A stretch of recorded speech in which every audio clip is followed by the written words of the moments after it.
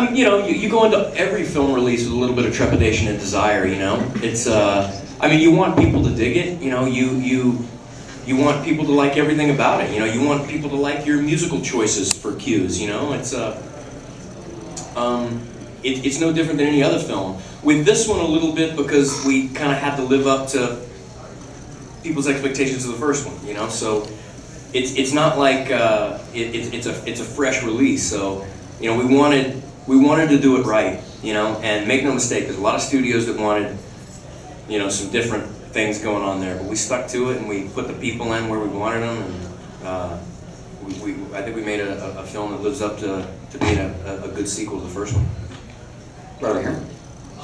What are some upcoming projects that you're going to be involved in, and if there is going to be a Boondock Saints 3, is the second one going to be Kind of. You know, there's already talk of a third. You know, which this is one of those films that's so fun to make that I'd do 10 of them. And it's not just like Arnold Schwarzenegger on Jay Leno's couch going, "This is the best film I've ever," you know. It's not like that. I mean, this is really like one that you do 10 in a row. You know, it's just everything about it. Every aspect of making a film like this is a ball. It just is. Everybody do 10. By the way, Boondock 2 doubled its budget in domestic gross for the limited release that Sony was able to put out for it, which is something that Boondock 1 never had a chance to do because it came out in 5 theaters. So already it's a fantastic success, and I think that for anybody, whether it's Apparition, Stage 6, whoever, to come back in and say, yeah, we'll do Boondock 3, I don't think the funding's going to be a problem. So none of these guys are going to show up, right? Yeah. Okay, we got time for 2 more questions, and then we've got to get them over to the photo session. You, sir? What was it like working with Scott? Stallone?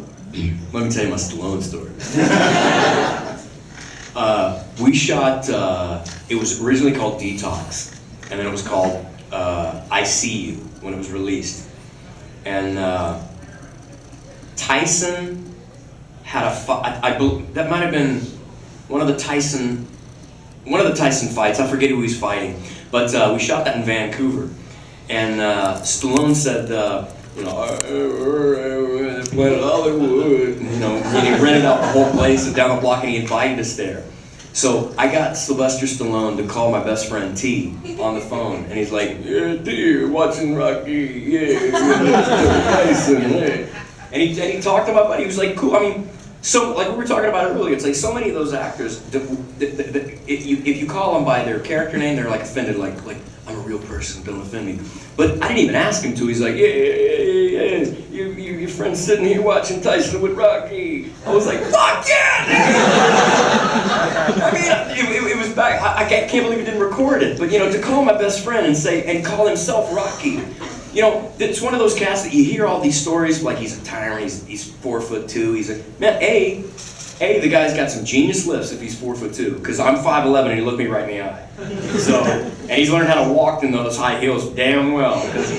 I mean, and he's a genuinely nice cat, man. I had a wonderful experience with him, and I tell you too, because I worked with some asses. But he's a good dude, man. To call my friend and do that, it was like, dude, you're solid, man. You know. So wonderful experience with him. And then last question, actually right here, the blonde in the middle, yeah.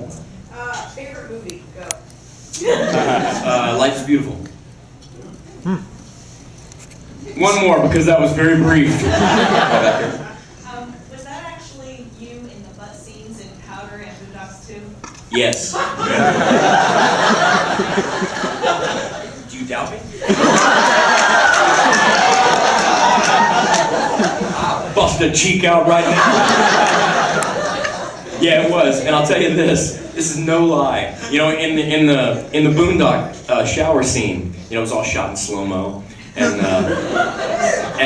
we had these package sacks, if you will. Two little facts. A, I didn't fucking wear mine. B, Norm wore his. It fell off, and he reached down in the first take to grab it as it was falling in sheer panic. Like, dude, it's fucking crew members. Who gives a shit, man? But in his defense, it was like 13 degrees in Toronto. So maybe his dangly bits were up near his neck searching for more. But he did. And maybe that'll be in the extras footage. Norm in slow-mo going. Reaching for his cock back. If there's a reason to buy Blu-ray, I think you just supplied it. Sean, that's on the extras, man. Sean Patrick Flanery, guys.